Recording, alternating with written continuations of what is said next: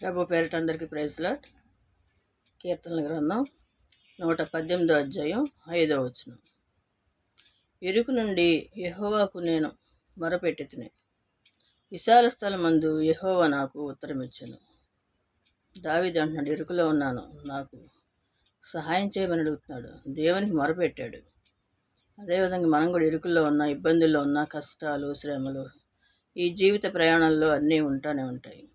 కాబట్టి మనం దేవునికి మొరపెట్టాలి. మొరపెట్టినప్పుడు ఆయన మన మొర వింటాడు. మొరపెట్టాలి, స్తుతించాలి, నిరీక్షించాలి. ఆయన మనం అడిగిన దానికి సహాయం చేస్తాడని నమ్మాలి. విశ్వాసంతో నమ్మినప్పుడు మనకి అనుకున్న పనులన్నీ కూడా జరుగుతాయి. ఇరుకులో విశాలత కలుగజేసే దేవుడు, శ్రమల్లో అన్ని విషయాల్లో కూడా మనకు తోడునీడగా ఉండే దేవుడు. ఎప్పుడైనా కానీ ఆయనకు మనం మొరపెట్టుకోవాలి. మన మొరలన్నీ కూడా వినే దేవుడు. దేవునికి మహిమ కలుగును గాక. మీ అందరికీ దేవుని కృప తోడుగా ఉండును గాక. ఆమేన్.